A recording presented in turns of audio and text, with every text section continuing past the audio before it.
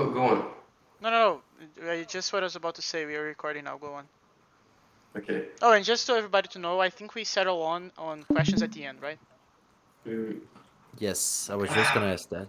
Okay, That's so right. questions at the end. So go on, yeah, Axel.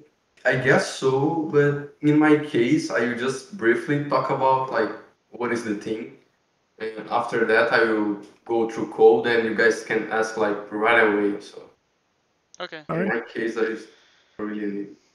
Uh, so okay, system F is a typed lambda calculus, like an extension or a, a further system after simply lambda calculus. And the thing it does, it's the way we formalize the thing that we know as parametric polymorphism in the programming language that we use.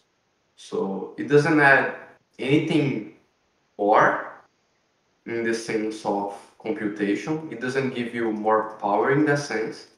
You can still compute exactly the same thing that you were able to compute in the simple lambda, like in the simply typed lambda calculus. So what I mean by that is, for example, you have lambda calculus and then you add types. So you lost some computations that you cannot do anymore because they do not type check. They're not a valid program per se, right? In the same way, if you go to the typed one, to the untyped, you gain more power. So that doesn't happen. You can compute Uh, exactly the same things. I'm sorry, Nathan, but I'm trying to look at your screen and it's still like loading. Yeah, Yeah. I have like It's fine for me. Wikipedia. Yeah, I think that's Yeah, Yeah, with okay. something up with Oh you. no, you it's can see back. it just Now it's fine. on. Now it's on. Okay. It's on. Yeah, but not a Okay. big deal also. I don't have like Wikipedia here. Yeah, All that's right. that's how professionals do it. Okay, just go. Ah, so yeah, it is basically that. So the thing it adds, it's basically a quality of life improvement to the simple typing. And what it does is mm, the normal lambda calculus or programming language that we use, we can abstract over expressions, right? That's what functions are. So, for example, uh, man, I will type on the URL. Can you guys see? Wait, I think that's too bad. Yeah. Let me open that. That's fine for me if you want to do it that way. There's a cool website. Let me show you. Yeah, I need something to There's order. nothing more not done than this. This is I the just peak not the expression to the universe. Oh, man. I don't know, man. Don't you have Emacs or something that has everything you need? No, it's because I'm just sharing the browser.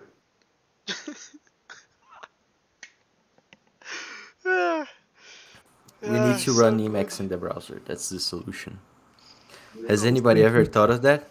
I am pretty sure there are people trying to do that right now. JS Max. Oh no. Oh, here he comes. Okay, let's get the Really, we JavaScript. need Oh, wait. JavaScript. I have a Oh no, trick. man. The best JavaScript IDE is the browser, so you can just open the developer tools if you want Oh, that. okay, you are next level on it.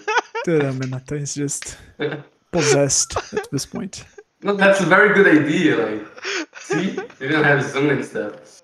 Uh, so we have expression in programming languages.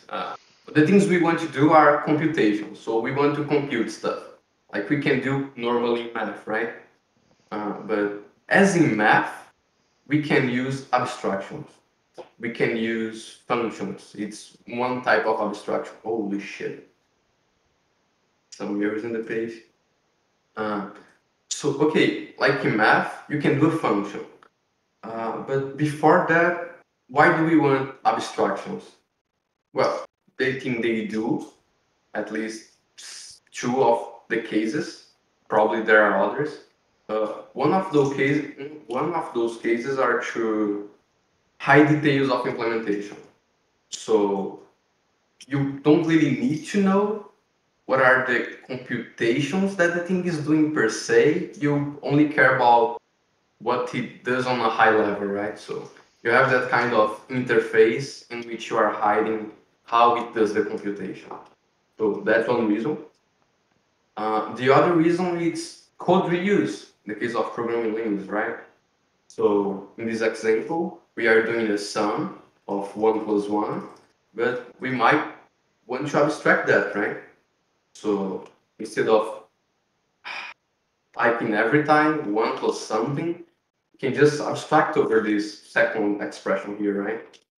So in JavaScript, it will be something like this.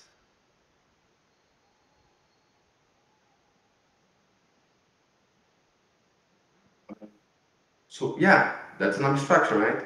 That's a function that we all love. So what we do is we put a placeholder instead of an actual expression, and then we have a binder for it somewhere, you know. So the function is saying that, oh, I will eventually put a value on this placeholder, and it's here, I'm declaring that, then I can use in the rest of the code, right? So that's an abstraction, and that's a function. The thing the system F does is that it allows you to do that same kind of abstraction, but over a type. And why do we need that? Because basically, in the simply typed lambda calculus, is hellish for you to do numerous kind of functions that basically only change the type. So one example is the ID function. So suppose you have the identity function and it receives x and return x. And let's say that's untyped lambda calculus, right? But since we are on the simply typed lambda calculus, if we do something like int here, right? So okay, that's the identity function, right? But it only works on integers.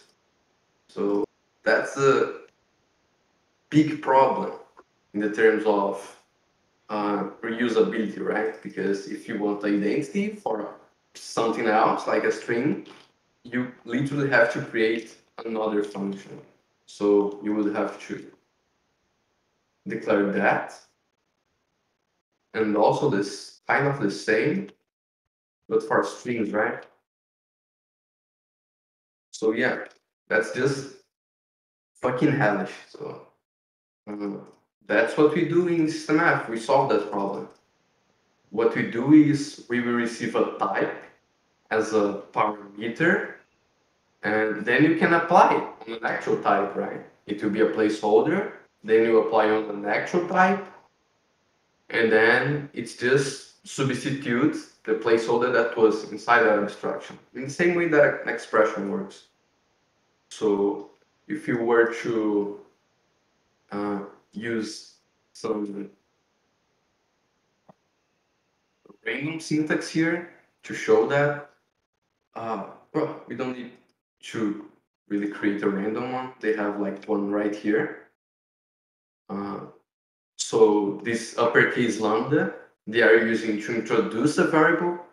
So this alpha here is just saying, oh, here I will receive a parameter that will be a type in the future, right? So then we have dot, and after that we have the body of the function, right? And what we have inside, it's a function, like a normal function.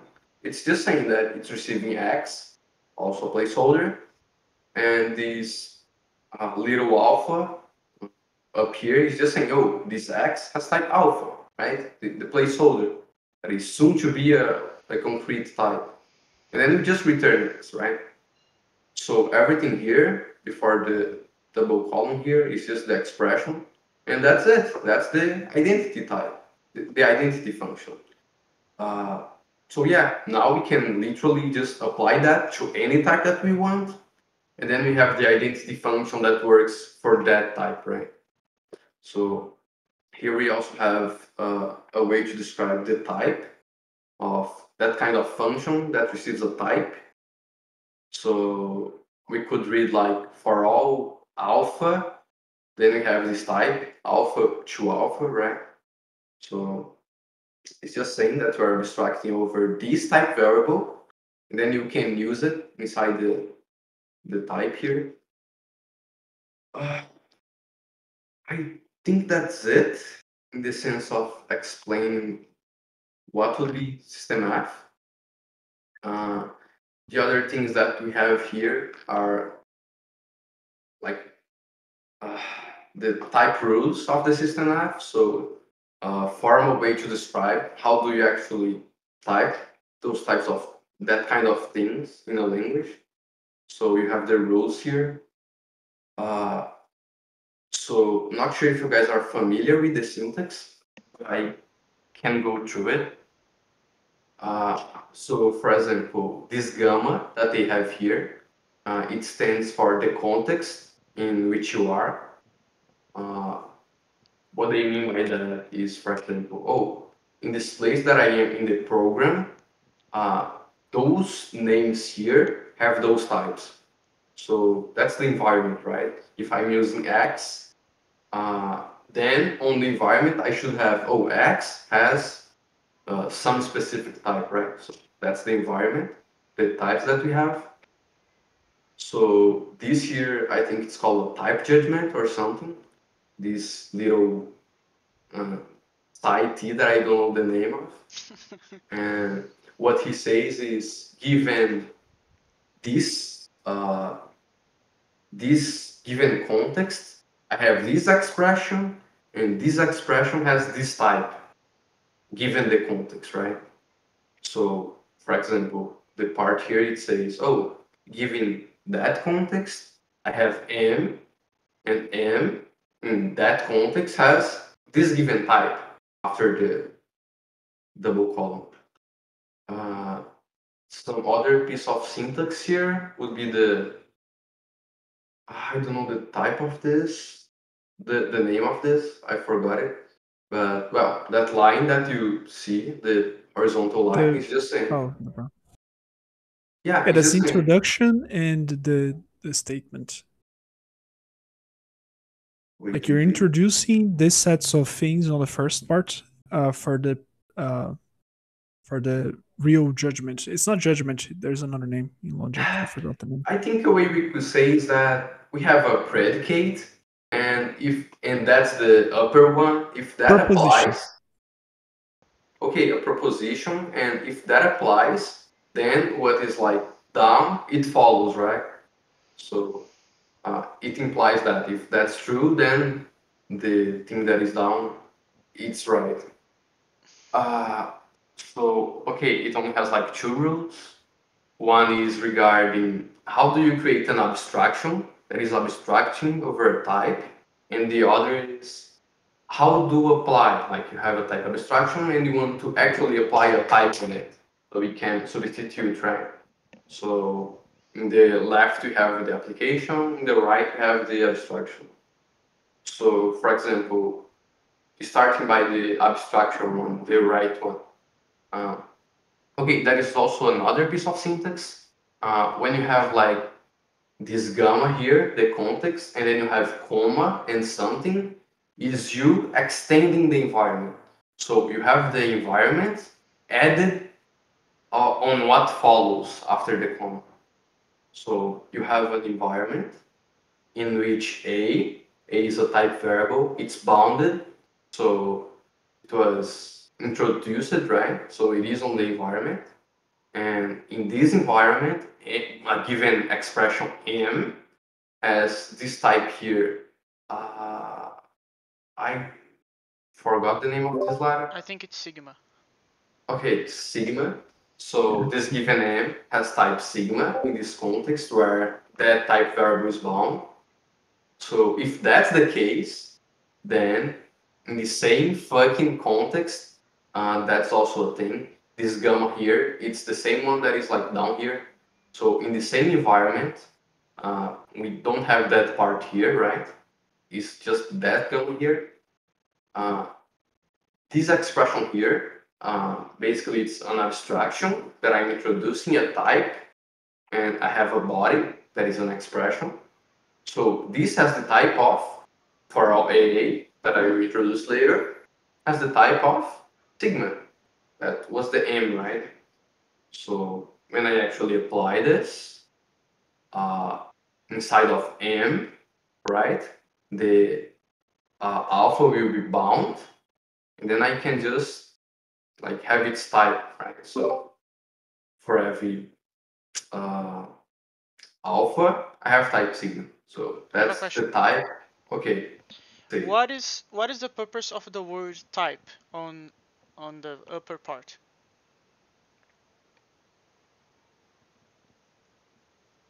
Or is just part of the alpha stuff? Because it's saying there that alpha is a type variable and alpha type in the context indicates that alpha is bound. So I'm guessing that Yeah. the word type is just to mean that it's bound. I just want to confirm that. Yeah, it's because let's think on the type environment as in programming languages, right? Mm-hmm. So it's basically a map. Yeah, no, So you it's have exactly what we're doing yesterday, I guess, or something. yeah, that will explain the thing about the implementation that you're doing. But well, going on, think about as a map. It maps the name of a variable to its type, right? But that's a map, right? It has the name of a variable, a type, but what about to know if a type variable is bound? We kind of can't do that with a map, right? Because it's just a type. It's just saying, oh, this name here is bound. So it's either a set of strings or a set of types that are always type variables. So this is just a syntax to say that this type variable will be bound.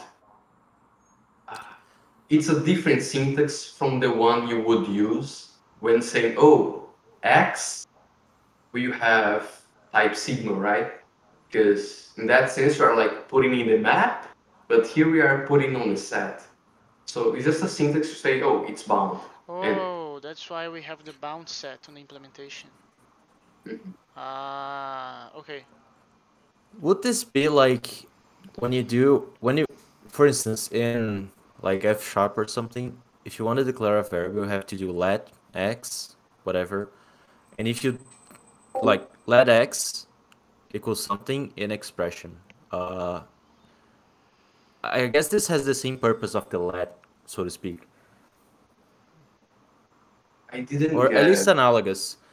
For instance, in F sharp, if you say, "Oh, there's an expression that has x inside it," and you didn't bind x, x is a free variable, right? So like x is like this is an error. This gives you an error.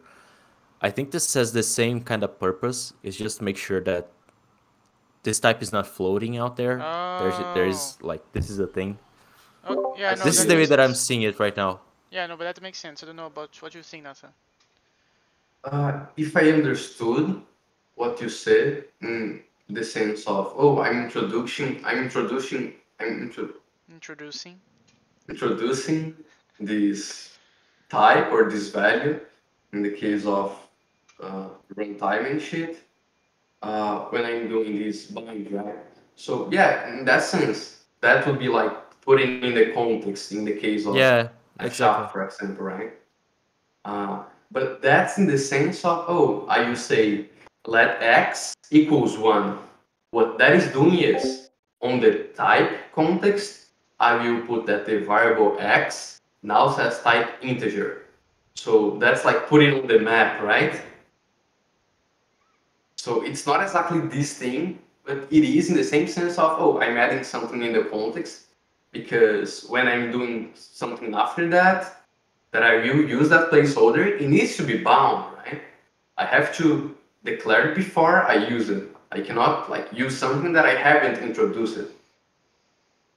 So Yeah, yeah, yeah. it's So it's basically guaranteeing that alpha is not a free variable. yeah, exactly. Like just in that.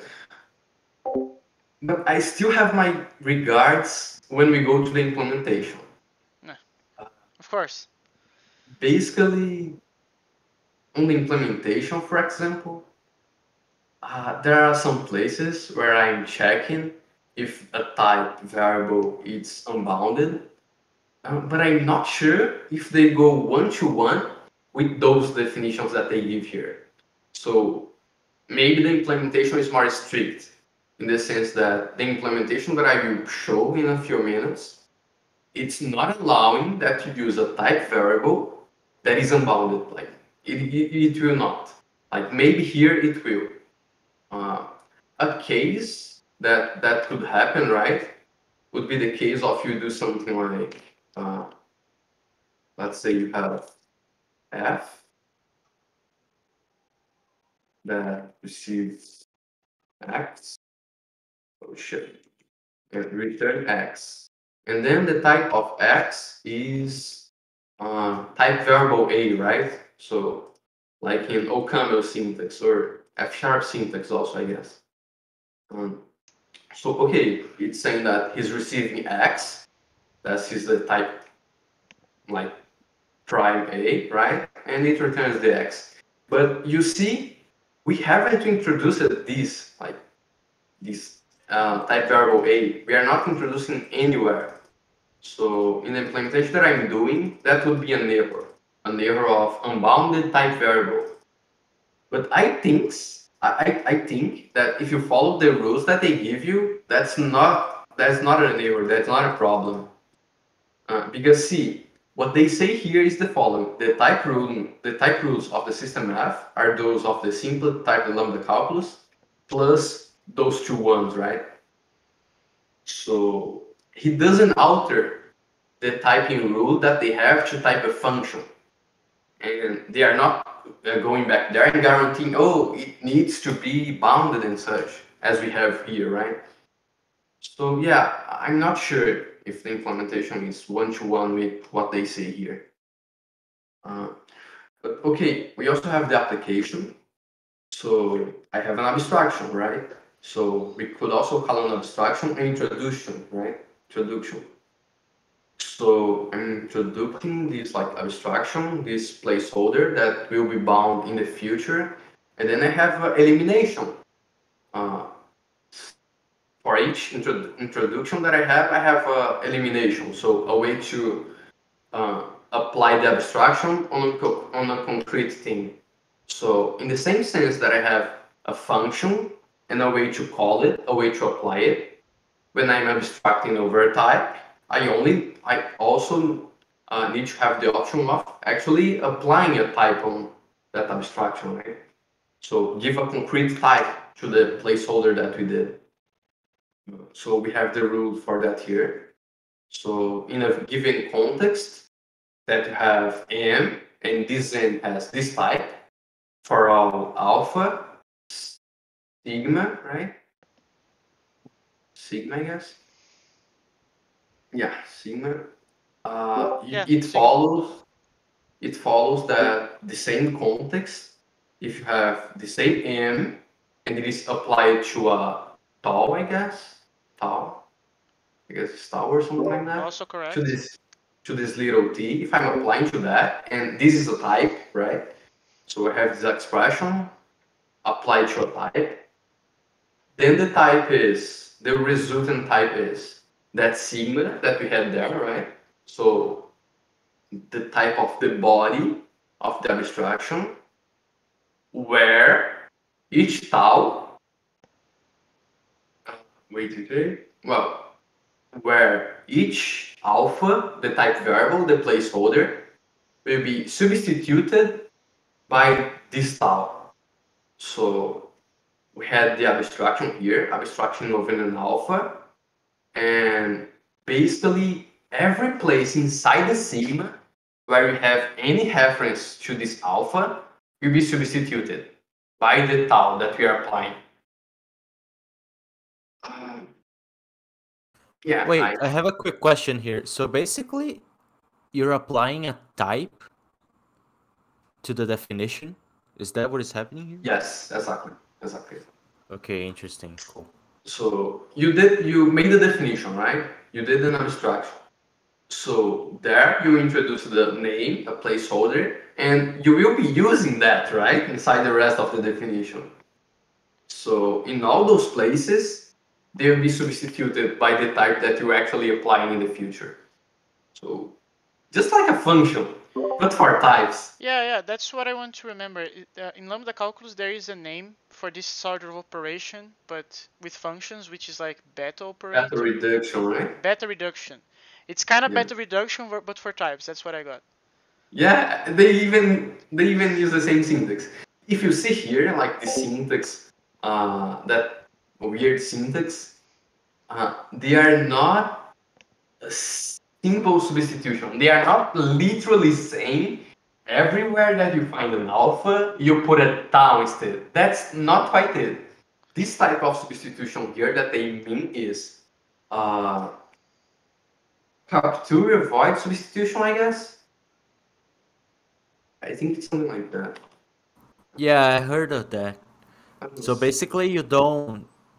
There's the whole numbering, like the De Bruyne index, I think is the name of Yeah, it. that's a clever way to do it. Yeah, Uh, that's wild, so right? yeah, that's uh, a even like smarter thing to do. So yeah, I think that's the name, capture by substitution, right? Because it has to do with scope. We will see in the implementation, but with scope, in the sense that if I'm abstracting over an A, right, and the body is also abstracting over an A, then what is in like the later body will not be the first A, will be the like closest A, right? So it's basically that. It's a specific way that we have to substitute to guarantee that we have the correct scope, that the things that the shadowing is working. Yeah. It's basically shadowing. Yeah. That's Yeah. the Makes way sense. to put it. Well, I guess we are done here. Like they have some examples of the kind of things that you now can do since you have system F. So you can do proper booleans, right? You can do proper pairs because they require you ideally to work with any type, and now you can. Uh, but yeah, so I think I will go to the implementation.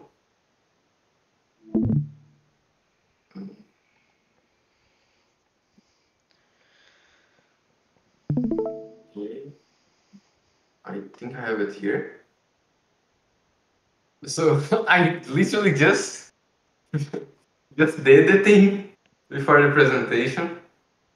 Uh, so okay, so we have an AST, right? I basically did the AST and a function to type check this AST. Uh, so we can start by seeing all the expressions that we have in that language, right? So here I only we could add it.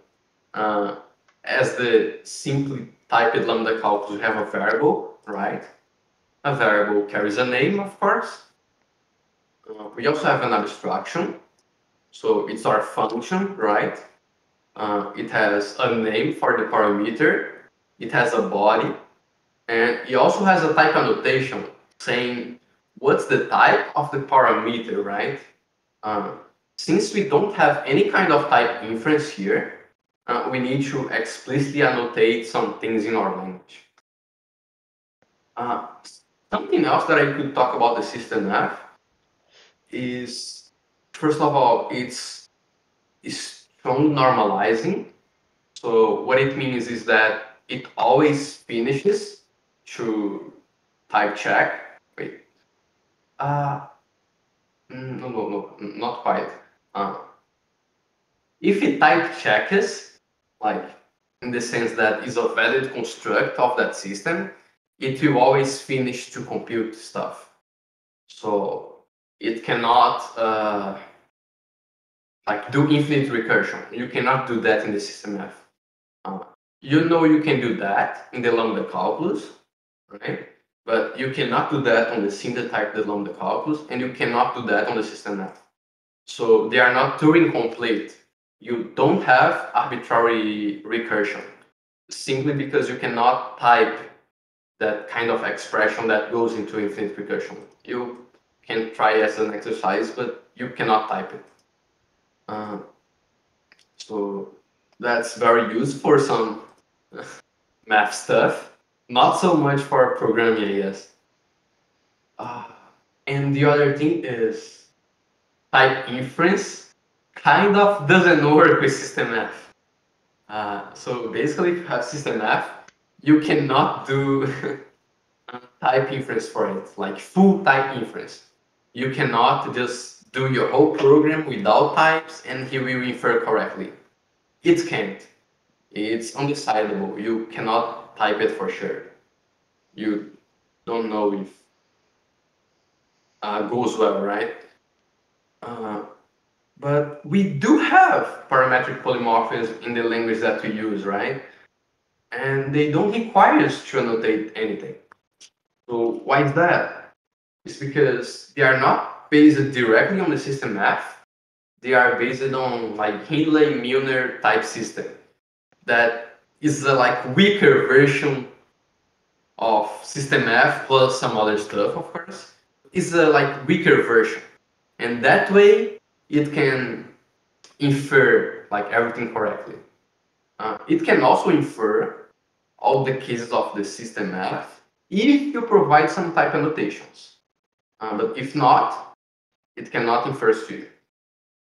To go on that case that it cannot infer, is like very simple. And I think Breno was the one to bring us the first case of that in which we had a problem regarding this. So it basically is, let's say if you have like some random syntax here, like the following. Um, Let me do like this.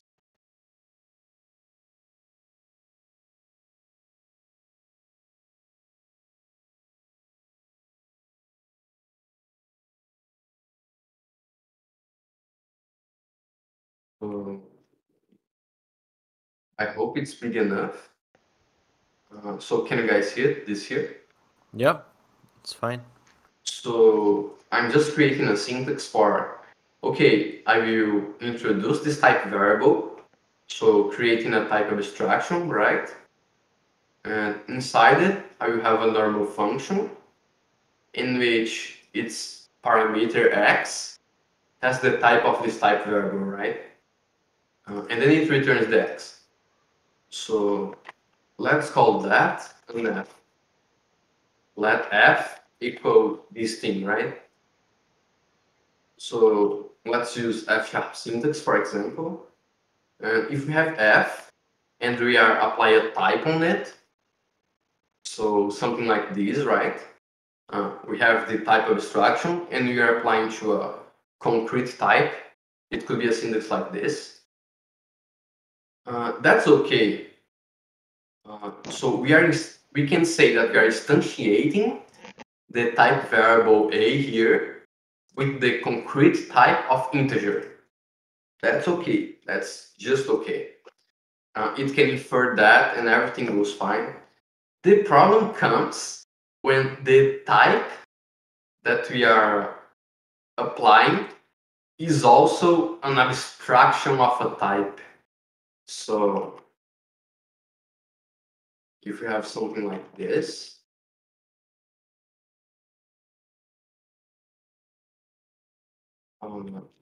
let me give some spaces here. So this part that is highlighted, it's a type, right? And it's the type of a type abstraction. So it's the type of a function that will receive a type, an argument of this type, and then return the same argument that it received. So it's the identity function. It's the type of the identity function. So then it comes the problem. It doesn't let me instantiate a type variable with something that also introduces a type variable. He cannot infer that. I don't know the specific details about the implementation, but it can do the type inference in that. Okay. So we have the ASTPs for abstraction. Also for the application, we are applying an expression on an expression. And then we have the like new part, the system F part of the AST. So we have the type abstraction, right? So we have a parameter. So the placeholder that we are introducing that in the future will be a proper type. And we have a body, right? That can be anything. You are just adding a placeholder for a future type, and the body can be anything in which I will probably use this placeholder, right? And the type application that I have the give abstraction.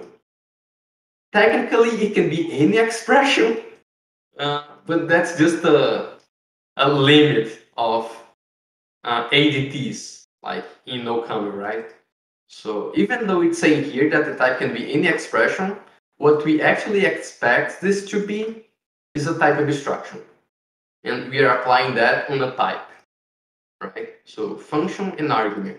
We will apply an expression that is a type abstraction, to be more precise, on a specific type. So I deleted here, but it was that part where I was using angle brackets to apply a type. I think that's all for our AST. And we have our types, right? What are the types that we have in this language? So we have the same types for the simple type lambda calculus. So we have the base types. So like simple types, types for literals and shit. So in this case, you only have unit. We could have integers, booleans, and whatever. We have type arrow. That is basically the type of a normal function, right? A function that is abstracting over expressions. So the type of it has a parameter type and a return type. So you know how it goes. So for example, plus, right, would have int to int, right? Or int arrow int. So that's this type that you're describing here, the type of a function. And then it comes the part that is new to systemf. It's the type variable. So basically, if I'm introducing this placeholder and I'm using somewhere, the type of it will be a type variable with the name of the placeholder, right? And we also have the for all type. That is basically the type of a type abstraction. So if I have the identity function, it has the placeholder in which I'm using to introduce the type here. And he's type of the body, right? So for all A, body, A to A. So the A to A part will be this type here. And this string would be the thing that we are introducing for all A. Something that I forgot to mention is the part regarding logic. Magetta probably knows more about that, but well, as any other type system bullshit that we have here, we have a correspondence in logic. So that gives us some power, right? So it reminds us of like universal quantification in math. So when you are doing like that stuff, you could think as that thing, right? And okay, we already went to the EST. So now we have the function to type check. Not sure if we have the time to go through all, but okay, we have a function. Wait, do you guys have any questions as of now? I don't have questions. This is pretty good for understanding what we are supposedly doing on the other thing. Like I'm It's understanding so literally much more. it's literally the implementation. Like we can use this as a reference to implement our language stuff. Yeah. Thanks for that. So we have a type checking function. It receives a given environment, right? The type environment, and an expression, and it gives its type, right? If for some reason it cannot give a type to it, then in our case, or Camel way, we are throwing an exception, just saying, oh, we cannot type check this shit. So let me show the type of our environment. So it's basically a record, and it's composed of variable types. That's the map that I was talking of. So it's a map that receives a string and gives us a type, right? So each variable that we introduce it has a given type in the context. So that's the map. And that's the part of we keep track of which type variables were introduced in the environment. We have a set for the names of the type variables that were introduced already. So the bounded ones, right? The bounded type variables. So that's the type for our environment in this system of stuff. And regarding how to type check literals, variables, abstraction, and applications, it's basically the same thing as the simply typed lambda calculus. The only thing in my implementation that is different is only one piece of code that is not even actually implemented. It's just as a comment here because I didn't have the time. And it's basically the part where you check if the type variables are bounded or not, right? So you have an abstraction, a function, and it has a parameter type. This parameter type would just be a random type variable, right? So I could just say, oh, my function that receives x, the x has type a, right? And a is a type variable. So here I just have a to-do of, oh, check if this type is a type variable and it's unbounded, right? Because if it is unbounded, I can just throw an error. That's the part where I'm suspecting a little bit that the implementation is not exactly what we read on Wikipedia. Because this did not only added on top of simple type the lambda calculus in the sense of, oh, let's do new constructs. I'm also modifying a node construct. I'm not sure if that's because it allows in the theory, but in the practice, I would not want that. Or if it's because the way the notation that they do works. Because like there it's very declarative, and here we have to implement imperatively, right? So I'm not sure. We would have to think more about what is written there to see if we actually would need to type check here to be according to the Wikipedia. But yeah, basically a literal has a given type. We already know that. If it's a number, it's a number. If it's a string, it's a string. A variable, we just check, oh, is the variable in the context? If it is, it's the type that says in the context. If not, it's failed, like unbounded variable, right? Here is an exception. How to type check an abstraction? I will just ignore abstraction application because it's not system F specific. And okay, now it's the interesting part. Type abstraction and type application. So first of all, a type abstraction. So it has a parameter that is a string, right? It's the placeholder for the to be in the future a given type. So it's the things that we will make a reference to in our body, and they will be type variables. And we have a body that is just a normal expression. We don't need to use the type variable that was introduced, but we usually will, right? So the first thing I do is, like this piece of code here, I get my current environment and I add on my current environment that this given type variable is bounded. So that's the part where you have the comma there on the Wikipedia, right? We are adding something, we are extending the type environment, right? And given that now I have this extended type environment, what I can do is I can just ask, what's the type of my body, right? And it will give me a given type. Like, for instance, it's a function of A to A. And then I just say, oh, then this has for all type. Well, the type for all. Given A, I have the type A to A. So for all A to A. I have a question. Mm-hmm. So I noticed that you're not checking in this specific case if the parameter is already in the bounded variable set. Right? That doesn't matter in this case, because if it is, we don't care, because it's a set, which means that after adding, it's gonna change nothing at all.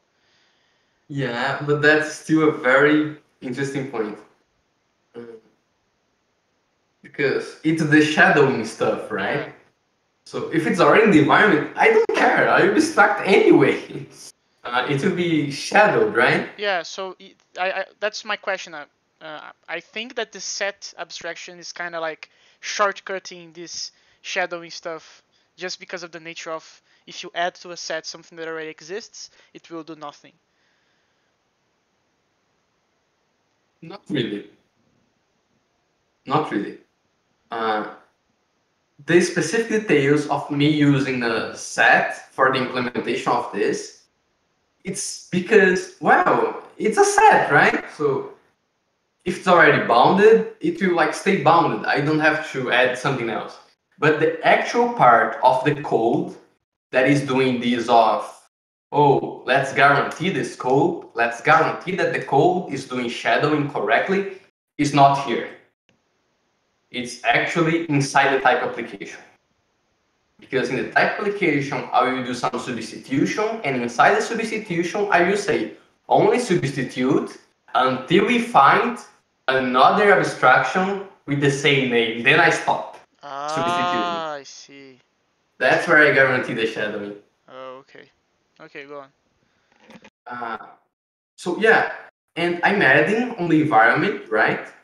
Before type checking the body, because, well, in other places of my function, I'm checking if it's bounded or not. So if I didn't increment the environment, it would fail with unbounded type variable, right? Now we have how to type check type application.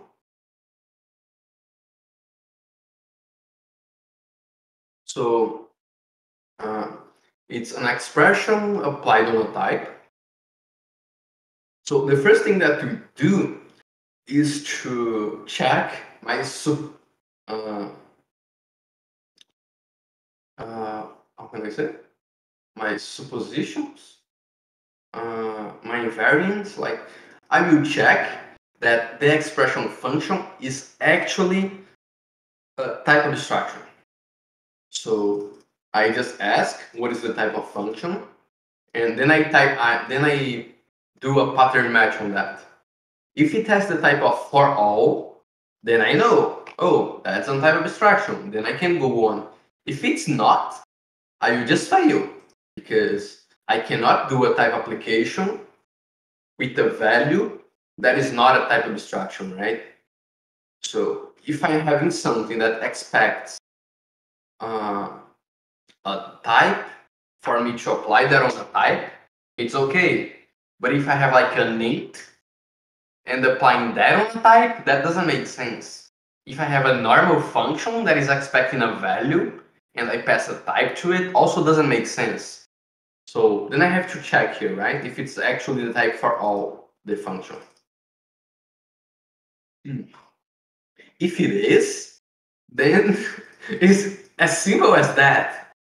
I will do that after avoiding substitution that they are saying. Like, it's literally saying type substitution from the placeholder to the type that I'm applying to, like the argument, right?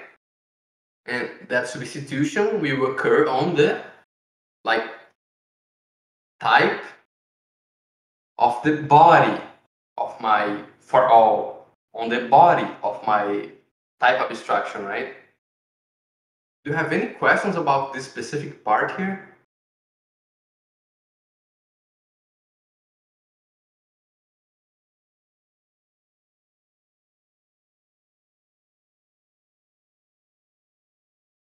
Hello. No, I don't have questions. I good. Okay. And I'm assuming the other ones also they don't have questions. And great explanation, I shall say. Go on. Okay. So now you go on the magic. So type substitute. Yeah, just one thing. When we are type checking an application, like a normal application, we need to check, right? Uh, we need to check, like right here, uh, if the parameter type of the function is the same type as the argument type, like the type of the argument that the function is being applied on, right? So I need to check, oh, does this argument matches the parameter type? I have to check that, right? Uh, so I have a type equal here, right? So type equality. And that's something that is also changed when we are doing system F. And why is that? Uh, because, for example, let's suppose we are in simply type lambda calculus. And we have this function, right? That's the identity function. But that's also the identity function, right? How can we like say if those two are equal or not, right? We have the alpha equivalence stuff. So those two functions are exactly the same, despite its names, the names for the placeholders being different. So when we are doing type equality and the for all is involved, right? We need to take some extra care when doing this. Because, for example, the type for all A, we have that A to A. If we just change the name of the placeholder that we are using to B, for all B, we have that B to B. They have the same type, even though the placeholders have different names. So that's the thing that we need to take care of the type equality. Not straightforward as it was with simply type lambda calculus. Okay, so we can go on type substitution. And the intuition behind type substitution, it's basically the following. I will traverse my type, right? And I will see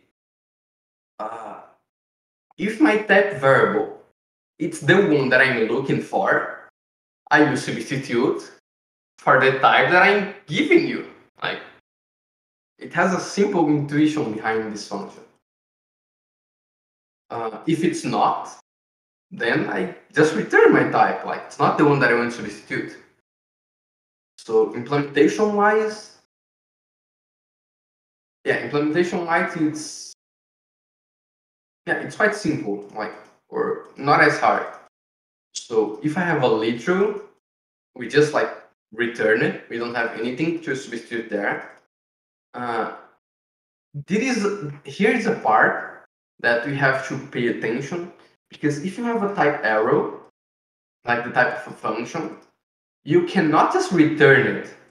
You need to go inside its types recursively and do the substitution, because they can be also a type variable, right? So we need to traverse every possible node that has a type inside to do the substitution.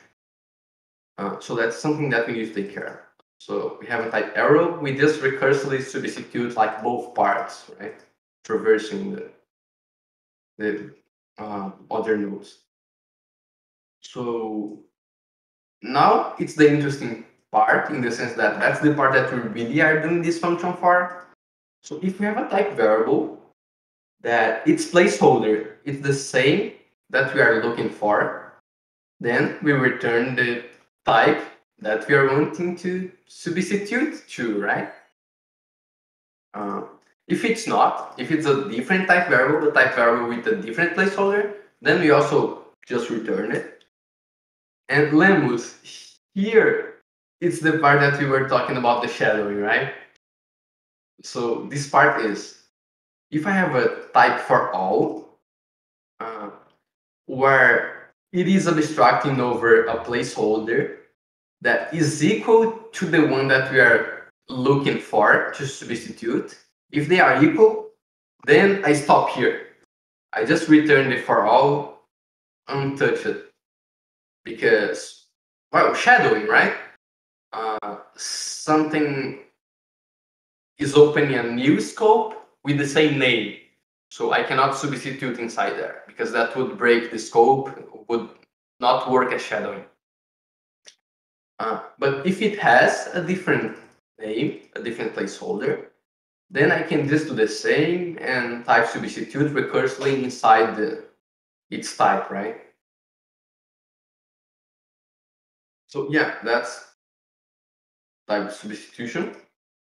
And the last piece of function that we didn't went into it is like type equality. That I would say it's maybe the hardest thing of it all. Like the second, I guess, would be type substitution. But just because of that for all thing that we have to be careful of. So we know if two things are unit, they are equal. How do we know if two types of functions are equal? We just do the same. We check recursively. If the two parameters are the same and two return types are the same, then the function itself are the same. Type variables. We just check if type variable A and the other type variable has the same placeholder, then they are equal, right? Now it comes the part that you have to take care, the for all. So if we have two for alls, right, and the placeholder of both are the same, so both are abstracting over a placeholder A, right? We just check if it's bodies, they will be the same, right? Because in this example, if they are both A, right, I check that both placeholders are A, then I just check if the bars has the same type. If for some random reason it has like takes an A and returns an int, then that will fail. They will not be equal, right? So, okay, but what about the case in which they are not equal? That part can be tricky, at least to implement in a more efficient way. I took the lazy way and implemented in a way that is easy, but it's probably not much. It's not very efficient.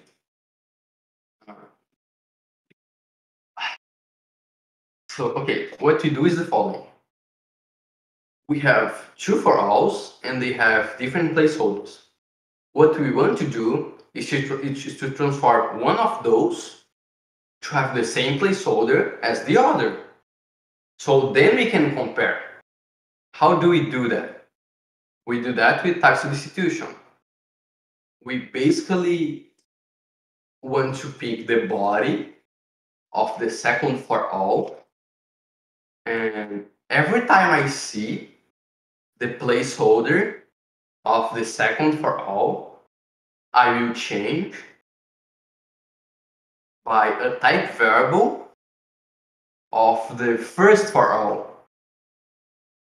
So you can look at that and think about it, but I will say that what that is doing is, they're transforming both for alls to be using the same placeholders, right? So after that transformation, then I can check for equality because then it applies on the first case, right? In this specific case, it will not go to this first case because I'm already comparing the bodies, right? To avoid one step. But yeah, I think that's all.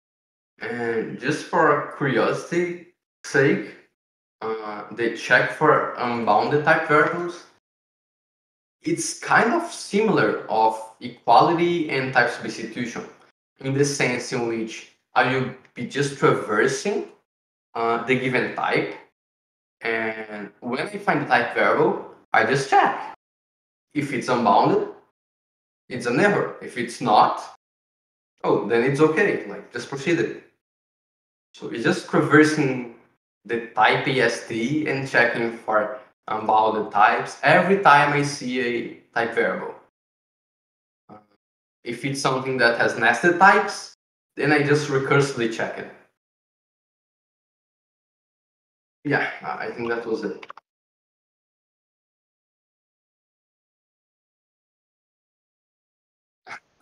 Yeah. Emotes. How do I do this?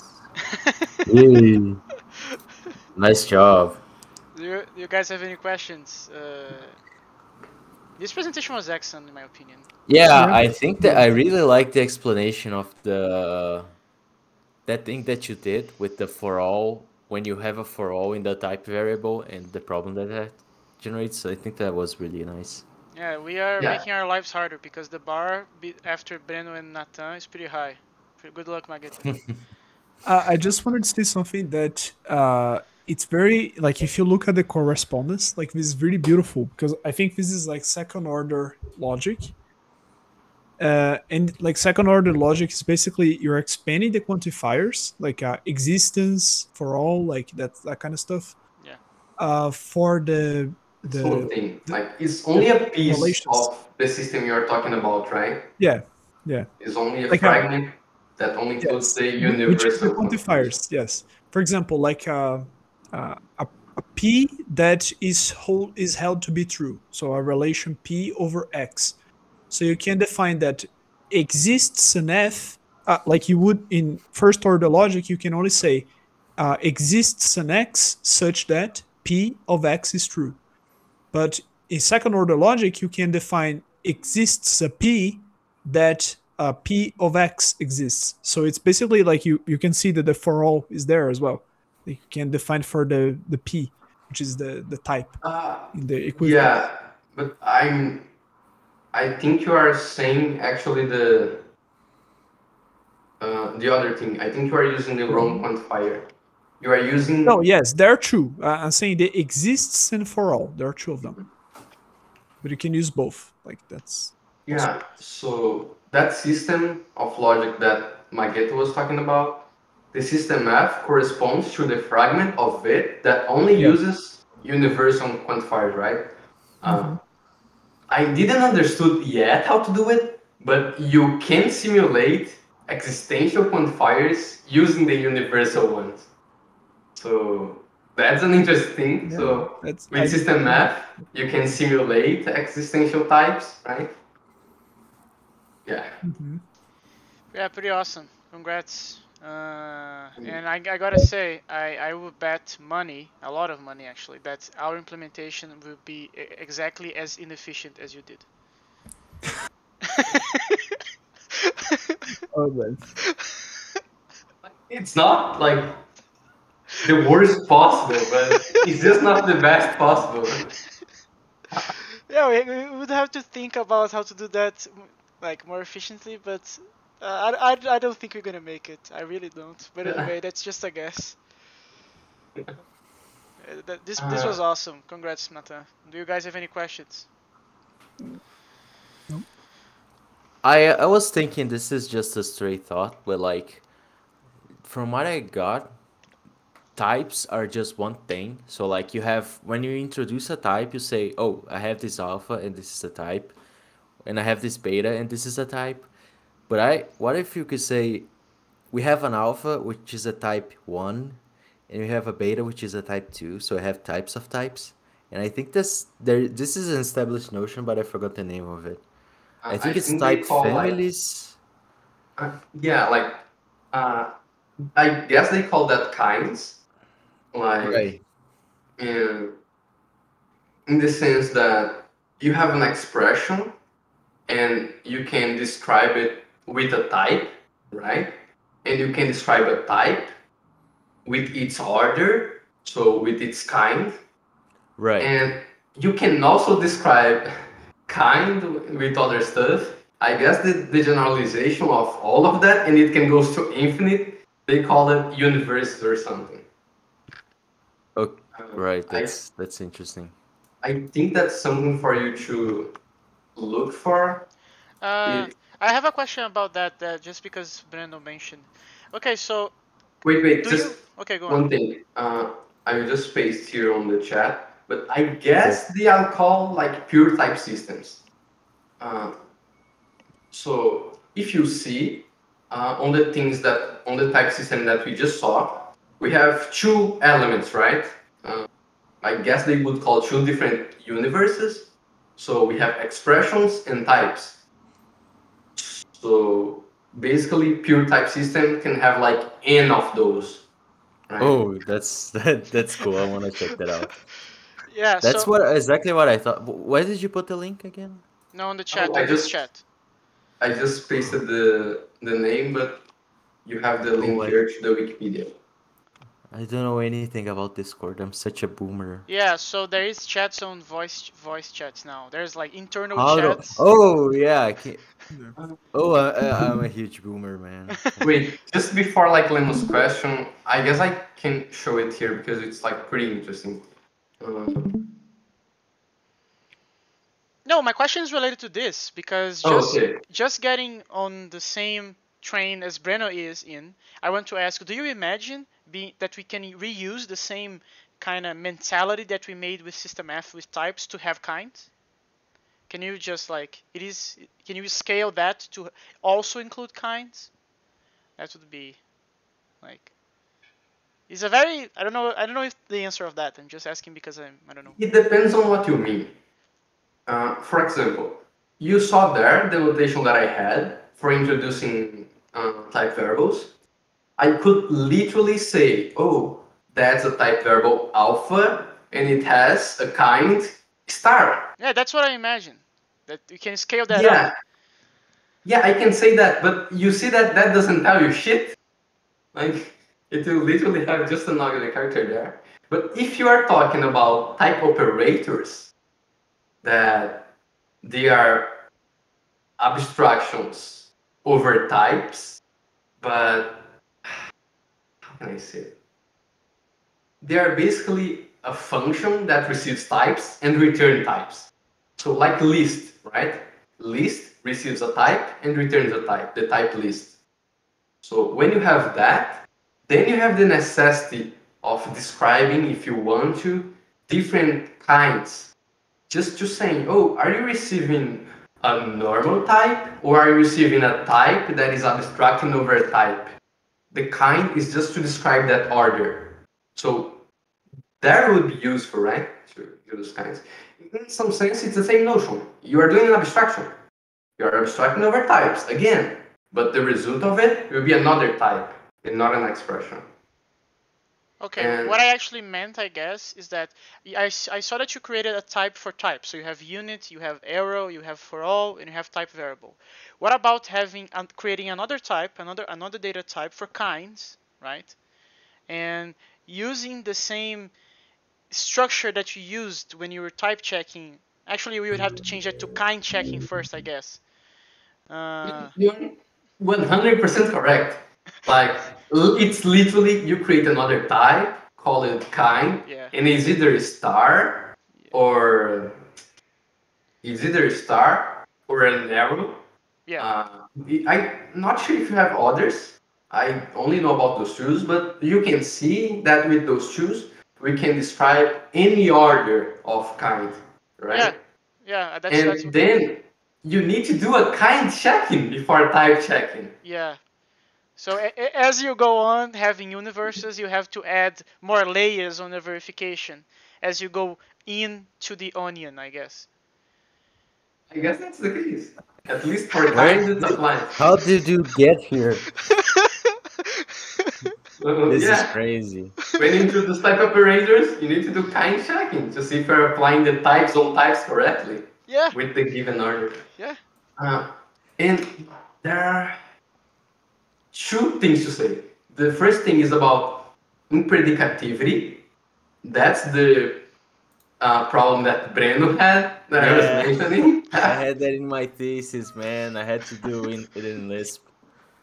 So basically, what they mean by Yeah, I think that in predicativity, it's when they put no restrictions on what are the set of stuffs that you can use to instantiate a placeholder. So in our case of system F, he has some. I guess that's the thing. It's predicative. I guess that's how you say it. Uh, it only allows you to instantiate the type variables with normal types. It doesn't allow you to do with types that are for all, right? Uh, but you also have granularity on that. You can either have this predicate of, let's call it 0, in which I cannot apply something that is a for all, but I can also have a predicate of 1, and then I can apply something that is an abstraction, but not something that is an abstraction of an abstraction. Like, it chooses how are the set of stuff that you can instantiate with. When something is in predicative, it says that you can instantiate with any shit. So the identity, we could apply that on the for all A, that for all B, that for all C, that for all D, that for all E. So we can apply that on any bullshit.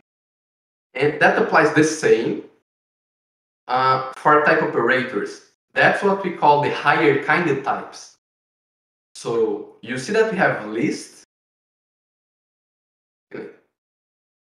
Yeah, you see that we have list. So list receives types, and it gives you the type, right?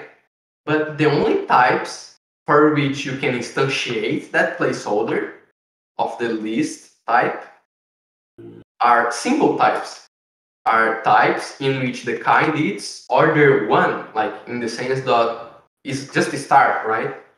You cannot instantiate with another list.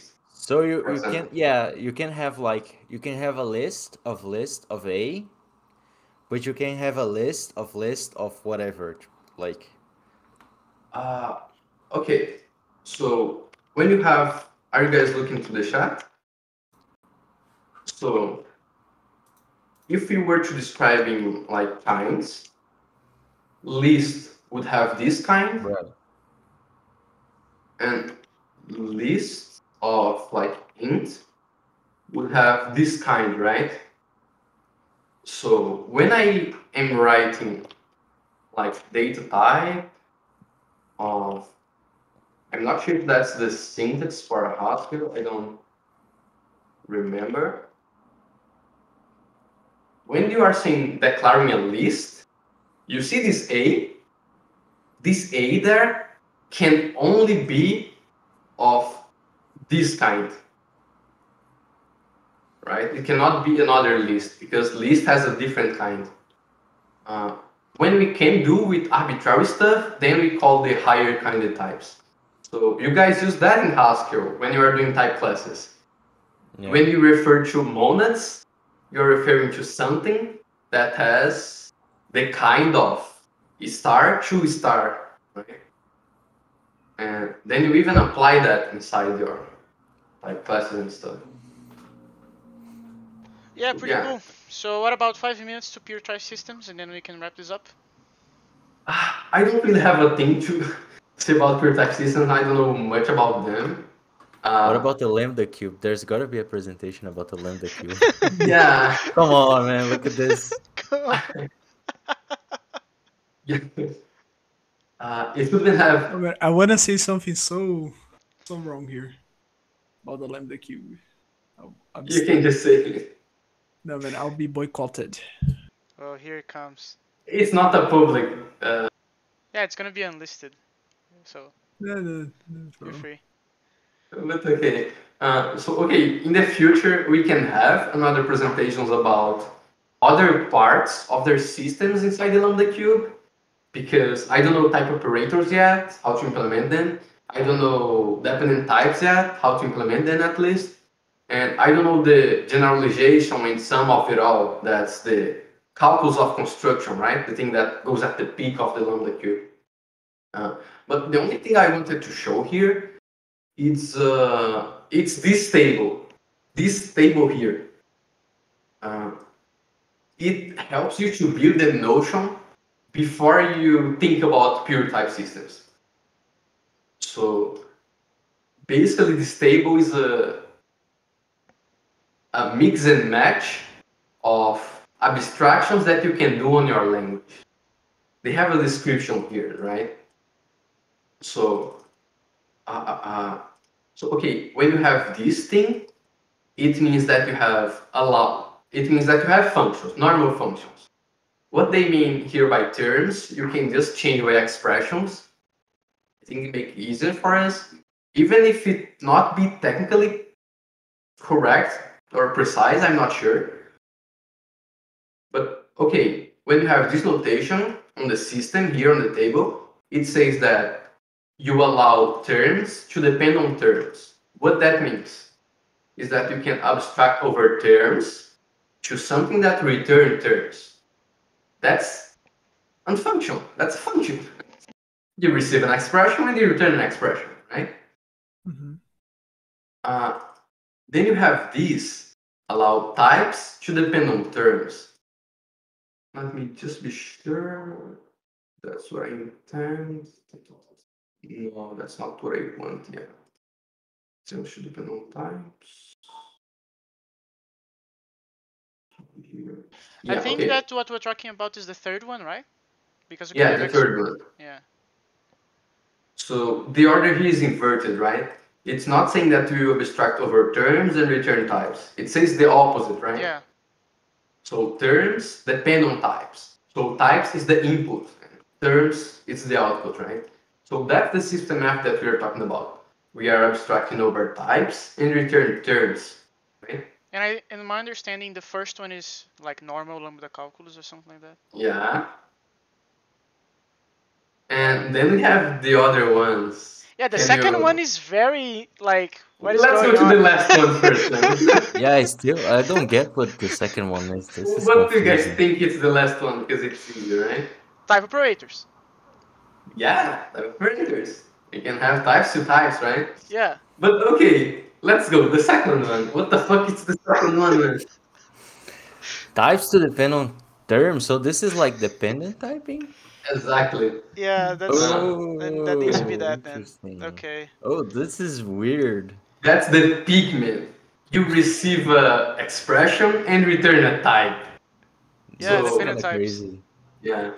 So a more simple examples would be you can describe a type of an array that has a given length encoded in the type. Yeah. Right? The type itself knows that it should be of this length, Yeah. which is Kind of crazy. adding data to their types, basically. It's crazy enough for it allow you to do like proofs like on programming languages, right? So Yeah. it is that crazy. Yeah, pretty cool. This table is cool. I agree. Verified, Yeah, cool. certified Certified is Yeah, cool. galaxy brain. you guys saw there, right? We have two different like elements, terms and types, and we can mix and match the abstraction, right? So universes, we have like just infinite types of stuff or elements to stack and do any kind of mix and match of abstraction of one to the other. So Yeah. that's hella crazy. Awesome. Okay, Yeah, this so was really interesting. I really like this. Thanks for taking your time to explain because there are some aspects that are never clear to me. I think, especially the notation, and I think you did a good job at explaining it. yeah, not only the explanation, the implementation was also pretty good, I would say. Yeah, Do you know why, Lance? Because of the names, man. Yeah, your literal naming works in this case. Congrats. Oh, shit. Anyway, I'm gonna finish the recording now. This was